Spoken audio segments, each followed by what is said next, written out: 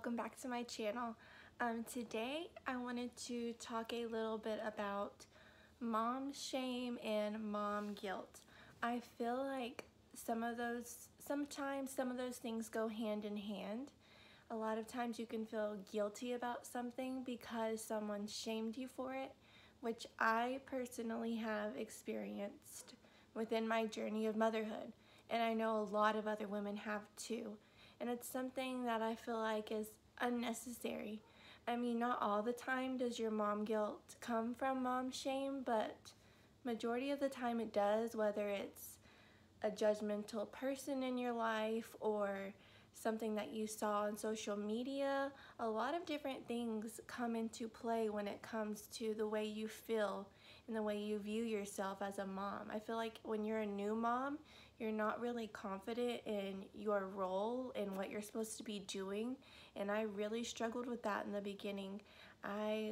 You get handed this new baby and there's no handbook, there's no instructions on what to do. You follow the nurse's guidelines that they send you home with, and you have a couple family members over and hope for the best, you know. But motherhood does come naturally, but it doesn't come without judgment, which is unfortunate. I know that whenever I came home from the hospital, I tried to breastfeed. I tried so hard in the beginning, but deep down, I knew that that just wasn't for me. And I know I'm getting some Judgy McJudgerson eyes right now, but that just wasn't who I am. I couldn't do it. It's not because I didn't want to provide Olivia with the best nutrients or have that bond between us. It's because my makeup is anxiety and depression ridden. I mean, that's a fact. That's who I am, and I'll own it every single time. And I needed my rest. I needed my sleep. And that sounds so selfish of me, but you've got to be a healthy you in order to take care of another human being. You know what I mean? And so I felt like if I was going to give my all to this baby, it had to be in the form of formula. And I'm not sorry for that. I needed my husband's help. I needed my mom's help. I needed my mother-in-law's help. And they all assisted with staying with Olivia sometimes at night while I got my rest. And because I formula fed her, I was able to get the rest that I needed to be a good mom and to be present in the moment. Because if I wouldn't have, I feel like where I was then would have been 10,000 times worse. And that came with mom guilt. I would sob because of the mom shame. I had guilt because of the mom shame. People would ask me, why aren't you breastfeeding her? Why did you try? Why aren't you pumping? Hold the phone, Sarah. Like, that's none of your business, first of all. And a fed baby is the best baby. She has flourished. She is happy. She is brilliant. She's hit all of her milestones. So I get that sometimes whenever they're sick, breastfeeding can help. And I'm not knocking breastfeeding. I think it's amazing. I think it's beautiful. But if it's not for you, don't talk down onto the mothers who can't do it or don't want to. That's none of your business. And if the baby's getting fed and well taken care of, back off. Don't put your 2 cents in somewhere where it doesn't belong, especially with the way that you know how you feel as a mother. Why would you want to put that shame and guilt on another mother? Do you know what I'm saying? Like, it's just not fair and it's not right, especially a new mom who's second guessing herself on everything that she does. It just didn't make sense to me. Another thing that brought on some mom guilt was going to work again and leaving Olivia at daycare. I mean, I loved the person who took care of Olivia. She was amazing. She provided great care as a second mommy to her when I had to go and provide for my family. But you get so attached to this little human being. You're on maternity leave I was on maternity leave for the full 12 weeks. And I just felt like nobody can take care of her the way I can. And I just feel so bad. What if she's wondering where I am, and if I abandoned her, and if I left her, and all these things ran through my mind. And it wasn't because that the provider wasn't amazing, because she was. But the first day I dropped her off was like I gave her up for like adoption, or I gave her away or something. I just could not stop sobbing. I could not stop checking my phone on the app that she provided us to see what our baby was up to. And it was just so hard that first week. And I feel like a lot of moms experience that, a lot of working moms. I didn't have the ability to be a stay-at-home mom. I would love to be, but I also love my job, and I love teaching, and I love the purpose and the reward that it brings me. So it was like I was a mommy in both places, you know, and one of those places just happened to pay me so I can buy Olivia things and provide for her and do what I need to do for her. So that came with a lot of guilt inside, but it didn't come without shame because of social media, where they post these things. I follow some mommy websites, which I now click the unfollow button because they're really one-sided to the stay-at-home moms and how it's so much better for the baby's development, and that you're raising their cortisol stress levels whenever you leave them, and da-da-da-da-da-da-da-da-da-da. I feel like it brings on a whole new ball game, that social media.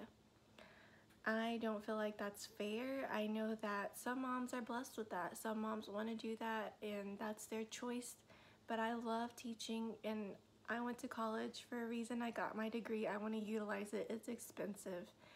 And I feel like it gave me time away from my baby to grow fonder to her, and to cherish those weekends and holidays together, and to enjoy each other's time, and to miss each other, and then to reconnect and have that bond. And mine and Olivia's bond is so strong. Ask anybody who truly knows us. She is attached to her mama. That was her first word. She wants me constantly. She just like falls in my arms. Like, it's just so natural. Like, we just have this unspoken bond between us that only her and I can feel, and it's amazing.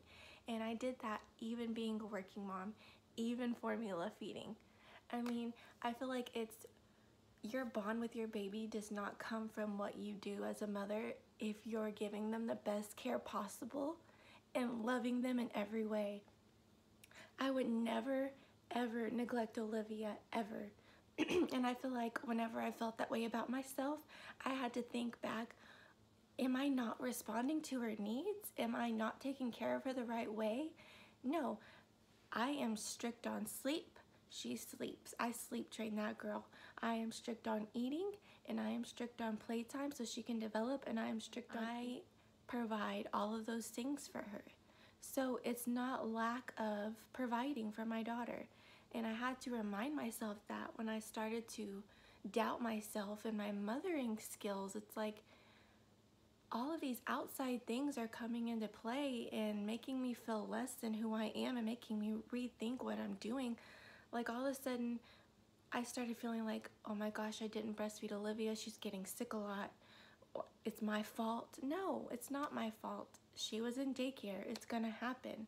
We went out in public. It's gonna happen. She has an immature immune system. It's gonna happen. I just had to remind myself that my choices as a mother did not reflect on the negative things that happened to my daughter, which nothing big negative has ever happened to her other than a couple of sicknesses, which is typical, you know?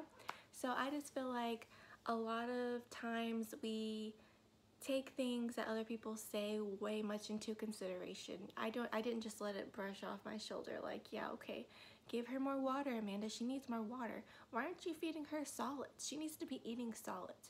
Why isn't she sleeping in her crib yet? She needs to be sleeping in her crib. Why aren't you breastfeeding? Breast is best. Skirt. Hold the phone. You don't tell me what to do with my daughter. I know my daughter, and I know I'm an amazing mother. And if you're struggling with this, I feel like you need to sit back and list things that you do for your child. Do you provide them with love? Do you nurture them? Do you hold them? Do you put them on the floor and play with them? Do you read to them? Do you feed them? Do you bathe them? I mean, if you're providing the needs that your child ultimately is necessary for their survival, I feel like you're not failing as a mother, and it's not fair that people are making you feel that way. If you do have people in your life that are making you feel the mom shame, I feel like it's time to cut that off, because that's not fair to you. And you know that you are an amazing mother, and I can guarantee you that you are an amazing mother. If we were to meet, I feel like I would probably tell you you are an amazing mother. I have learned so much through this journey of motherhood that every mom is different in the way they respond to their baby.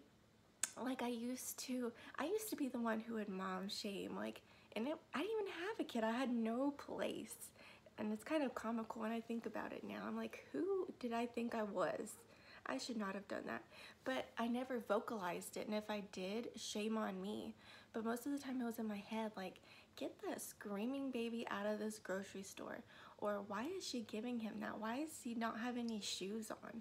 Like, it was not my business, first of all. And second of all, that baby was probably loved to death. You know what I'm saying? Like, it's just, I take Olivia out with no shoes. She doesn't like shoes. She pulls off her socks. It is what it is. She throws a tantrum in the grocery store. I gotta get my groceries. We gotta eat. Sorry, you gotta listen to it. If you don't like it, you can go somewhere else, but I'm not gonna stop my daughter from being upset. I can pick her up and hold her all I want, but if that doesn't console her in the moment, then she's gonna cry. She's a human. She's gonna do what she's gonna do. So I just feel like whenever people, outsiders looking in at what you're doing, it doesn't matter ultimately what they think or what they say. Because I have people drop little comments to me all the time, like I said about her solid eating. She's now 10 months and she has a really hard gag reflex with real food. Like, she eats the baby jar solids, but like when it comes to like the whole food, she's like and it's hilarious. Well, it's not, but it is. But she's going at her own pace. She's developing beautifully. I feel like she's so brilliant, which I know I'm biased and every mom thinks that, but I really do think that she is so smart in her own way. She's beautiful. She's hitting her milestones, like I said, and I just feel like there's no reason for anybody else to step in unless there's an absolute problem going on, because then you start leading to bigger problems within the mother's internal emotions, which also contributed to my postpartum depression, which I talked about in a previous video. If you want to go watch it, go ahead. I think it's pretty helpful for those of you who are going through it or have gone through it. But I just feel like a lot of those things contribute to one another in motherhood, and I wanted to come out and tell you that that's not your shame to carry, that if you're doing all you can for your baby and providing the utmost love for your baby, you're doing an amazing job. And I hope that you know that and someone else is telling you that besides me. But if they're not, I wanted to come on and tell you that that's not your guilt to carry, and your baby knows that they're loved, and they're gonna be okay if you're a working mom, and they're gonna be okay if you formula feed. They love you, and I feel like the mother-baby bond is something so beautiful, and cherish that while you have it, instead of thinking about what you're doing wrong and what you're not doing right, because I imagine that you're doing everything right and the best that you can. So I just want you to remember that, moms, whenever you're second guessing yourself and outsiders come in, that you're amazing and you're doing amazing, and I applaud you. And I'm sure that everybody else out there will agree that your baby is beautiful and you're doing amazing. So thank you so much for watching this video, and if you have anything else to add, drop it down in the comments. Give this a thumbs up if you liked it. Subscribe. I love seeing my subscribers grow. I think it's amazing that people actually care what I have to say. I was so nervous that nobody would care, but it's nice seeing those numbers grow. If you could subscribe, like I said, and give me a thumbs up, I'd appreciate it, and I'll see you in my next video. Bye, guys.